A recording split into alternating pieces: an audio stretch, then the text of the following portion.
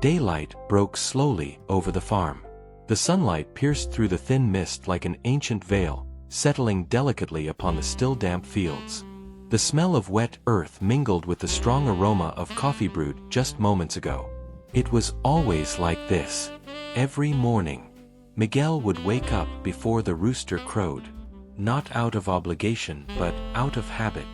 The body learned to rise even when the soul preferred to stay lying down. At 58, he knew every creak of that wooden house, every crack in the walls, every silence that lived within. The farm had grown too big for a man alone. The sound of his footsteps echoed through the empty hallways, as if the house itself were breathing slowly, tiredly, waiting for something that never came. Miguel paused for a moment before the kitchen window. Outside, the field stretched as far as the eye could see. Everything remained the same. And yet, at the same time, everything was different. It had been years since Christmas smelled like laughter there. The large wooden table remained covered by a simple tablecloth, always clean, always smoothed out. Miguel kept it that way, even without visitors. Perhaps it was stubbornness. Perhaps it was hope in disguise. While he fed the chickens, the cold wind touched his weathered face. Every wrinkle carried an untold story, a swallowed word, an apology that never escaped his lips. He worked in silence, as if the noise of the world had stayed in the past. The creak of the gate, the distant lowing of cattle, the dry snap of branches under his boots, all of this was company enough. Or at least, that was what he told himself. But there was a constant weight in his chest, a sensation that something remained unfinished. Miguel took a deep breath.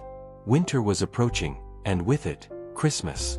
And Christmas always brought memories he preferred to keep buried. There were pains that did not scream. They simply remained. Miguel had carried one of these pains since the day the family left the farm. Not all at once. One by one. Like leaves that fall before winter is full. His wife left first. Not with a suitcase, but with a tired heart. The silence between them had grown so vast it became an abyss. Then, the children. Each found their own path far from there. Far from him. Miguel was never a man of many words. He thought working hard was enough. That providing was loving. That silence was respect. He only realized too late that love also needed to be spoken. At night, sitting on the edge of the bed, he would stare at the dark ceiling. Memory came without asking permission. The Christmas where he shouted. The day he fell silent when he should have asked for forgiveness. The pride that defeated affection. He closed his eyes tightly. Regret did not grow old. It remained alive, pulsing. The wound no longer bled, but it ached at the touch of any memory. And Christmas was the deepest touch of all. The letter arrived on a cold morning. Miguel found it stuck in the fence, brought by the mailman who rarely appeared. The simple envelope bore handwriting he would recognize anywhere. It was from Anna, his eldest daughter. His hands trembled. His heart raced as if he had traveled decades back in time. He took the letter inside, sat at the large table, and stared at the sealed paper for long minutes. Opening that letter meant stirring something he had tried to bury. Finally, he opened it. Dad, this year I thought a lot about coming back. Time has passed, and perhaps too much has already passed. I don't know if there is still room for me there. But Christmas is coming. And despite everything, I still think of the farm as home. Miguel felt the air leave his lungs. She promised nothing. She asked for nothing. She simply opened a crack. And that crack was enough to unsettle everything. Miguel spent the rest of the day with the letter folded in his shirt pocket, feeling the paper as if it were a living object, pulsing against his chest. Every time he moved, he was reminded it was there. It wasn't just a letter. It was a calling. And callings demand a response. At night, sitting at the kitchen table, he served dinner for only one. The hot plate grew cold while his mind swirled. He looked at the empty chair across from him and, for an instant, imagined Anna sitting there, like in the Christmases of old, distractedly picking at her food while talking too much. This memory brought a lump to his throat. "After everything," he murmured, without finishing the sentence. The conflict wasn't simple. It wasn't just about allowing or not allowing his daughter to return. It was about facing years of choices made without dialogue, decisions made in silence, words swallowed by pride. Miguel had always believed that showing firmness was the same as showing love. Now, he began to suspect he might have confused the two. He stood up and walked through the house, running his fingers along the walls, like someone trying to feel something beyond the cold wood. In the hallway, he stopped before an old photograph. The family gathered, everyone smiling, Christmas illuminating faces that today seemed too distant to be real. "I did the best I could," he said aloud, trying to convince himself.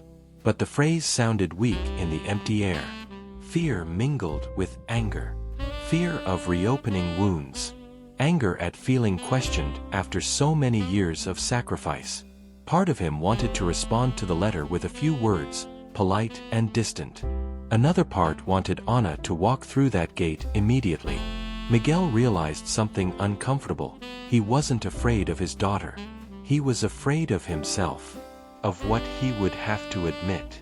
Of what he would have to ask for. That night, sleep did not come easily. The wind rattled the windows as if insisting on coming in. Miguel tossed and turned, listening to the sound of his own heavy breathing. Every thought led him to the same place. Not responding was also a response.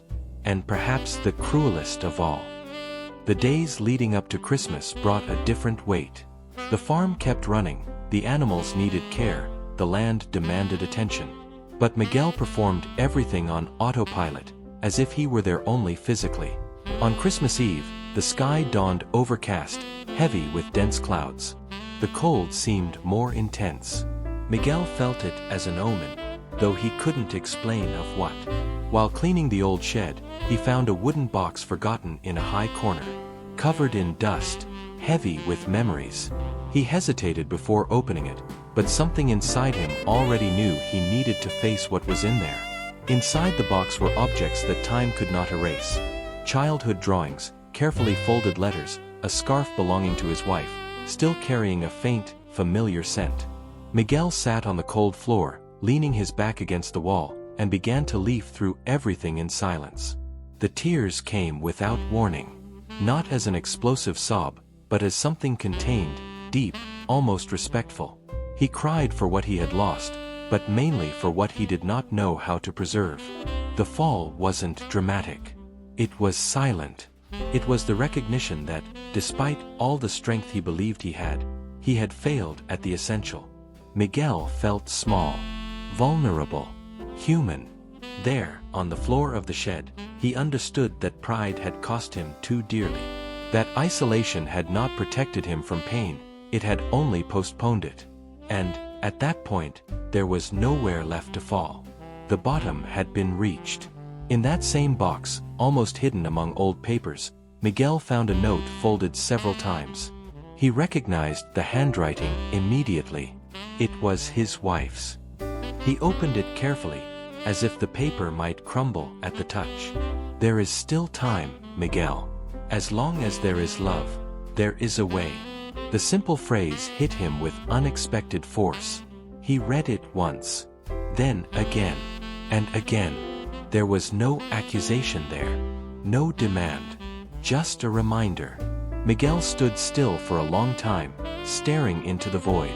For the first time in years, he allowed himself to think not of what he lost, but of what he could still save. Perhaps forgiveness wasn't a grand act. Perhaps it was a small step. A silent decision made within, before any word was spoken. He realized something important. Asking for forgiveness would not diminish him. On the contrary, it would set him free. That night, Miguel lit the fireplace earlier. He sat before the fire and let the heat reach what had been cold for a long time. He thought of Anna not as the daughter who went away, but as the child who once ran into his arms. The awakening didn't come with ready-made answers.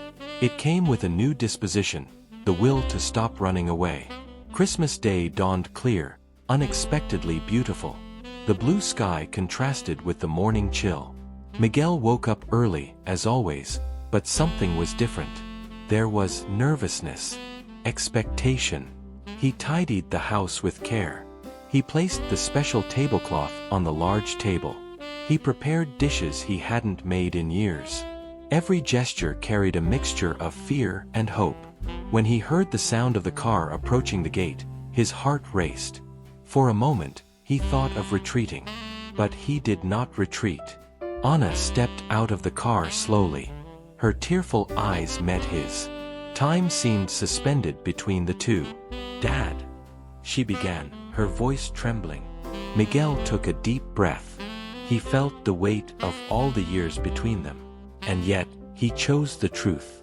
"Forgive me," he said, simple, direct, without long explanations. Anna cried. Not from pain, but from relief. Courage was not in grand speeches. It was in that request, spoken at the right moment. The morning after Christmas was born silent, almost respectful. The farm seemed to perceive that something delicate was underway. Dew covered the field like a thin shroud, and the cold air carried a clean scent of renewed earth. Miguel woke up early, as usual, but as he left his room, he noticed something different. There was a presence there. Not just physical but emotional. The house no longer seemed so empty. Silence still existed, but now it wasn't heavy. It was a silence that breathed. Anna was still sleeping. Miguel heard the light sound of breathing coming from the room that had previously remained closed all year round. He stood before the door for a moment, without touching it. He just stayed there, feeling. It had been years since he had felt that mixture of gratitude and fear at the same time. In the kitchen, he prepared coffee slowly. Every gesture seemed loaded with intention. He placed 2 cups on the large table. 2. A simple detail, but one that squeezed his chest. For so long, everything had been made for only one. When Anna appeared, still wrapped in her coat, her eyes swollen from crying and little sleep, they looked at each other without haste. There were no immediate words. Just a slight smile, timid, almost insecure. "Did you sleep well?" Miguel asked, his voice low, as if afraid of breaking something. "I did," she replied. "Better than I imagined." They sat at the table. The coffee released steam.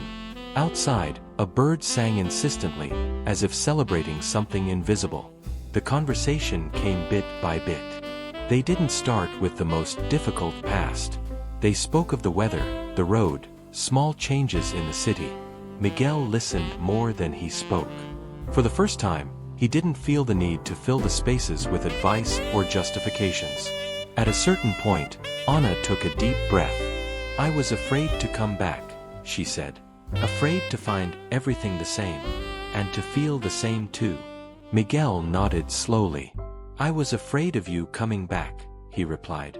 "Afraid of realizing how much I lost." There were no accusations. Only truths placed carefully on the table, like fragile objects that must not fall. Throughout the day, they walked together through the farm. Miguel showed her small changes, a repaired fence, a new tree planted where there was once an empty space. Anna noticed that her father had continued there, even when everything seemed to have stopped. Continued, but not unscathed. At one point, they stopped near the old barn. Miguel touched the weathered wood. "I thought about selling," he confessed. "There were days when I thought it didn't make sense to stay anymore." Anna felt a pang in her chest. "And why didn't you sell it?"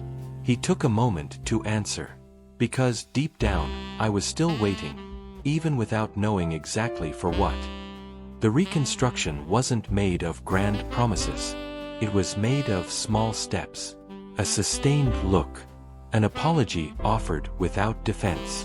A shared silence without discomfort. At night, the other children called. Voices crossed the telephone line. It wasn't perfect. There was distance, caution, restrained emotion. But there was something essential. Openness. Miguel realized that rebuilding relationships didn't mean erasing wounds, but learning to touch them with more respect. That loving, at that stage of life, was also learning to listen to what he hadn't known how to hear before. The farm remained the same. But inside him, something had already changed. On the last night before Anna left, Miguel went out to the porch alone. The sky was clear, peppered with stars. The cold was intense, but he didn't go back inside. He needed that moment. The simple Christmas lights were still on. They weren't many, nor were they flashy. Just enough to illuminate the house and the path. Miguel thought about how that reflected his own journey. He never needed excess. He needed clarity. He sat in the old wooden chair, the same one where he had already spent so many nights in silence. But this time, the silence was different. There was no weight. There was understanding. He thought about the mistakes he had made. He didn't try to absolve himself completely. He knew that some absences could not be repaired. Some words would never be said at the right time. And that was okay. Maturity was also about accepting that. But for the first time, he didn't let regret define who he was. Miguel understood something simple and profound. The past teaches, but it does not have to imprison. The next morning, Anna said goodbye with a long hug. Not rushed. Not formal. A hug that said more than any speech. "I'll be back," she said. "I don't know when, but I'll be back." Miguel smiled. He didn't demand dates. He didn't pressure. He learned that some things bloom better when they are not forced. "The house will be here," he replied. "And so will I." As the car disappeared down the dirt road, Miguel felt a brief tightening in his chest. But it wasn't emptiness. It was longing mixed with gratitude. A longing that didn't hurt. It simply reminded. He went inside. He looked at the large table. He ran his hand over the smooth wood. For the first time in many years, he didn't feel the need to cover it immediately, like one who fears abandonment. He knew it would be used again. The last Christmas at the farm was not the end of a cycle. It was the end of a rigidity. The end of a proud silence. The end of a solitude chosen out of fear. Miguel found peace not because everything was resolved, but because he decided to walk differently. With more humility. With more presence. With more heart. He learned that starting over doesn't require youth, it requires courage. And that forgiveness doesn't change the past, but it completely transforms the future. That night, before sleeping, Miguel gave thanks in silence. He asked for nothing more. He felt that, finally, he was whole. And that was everything.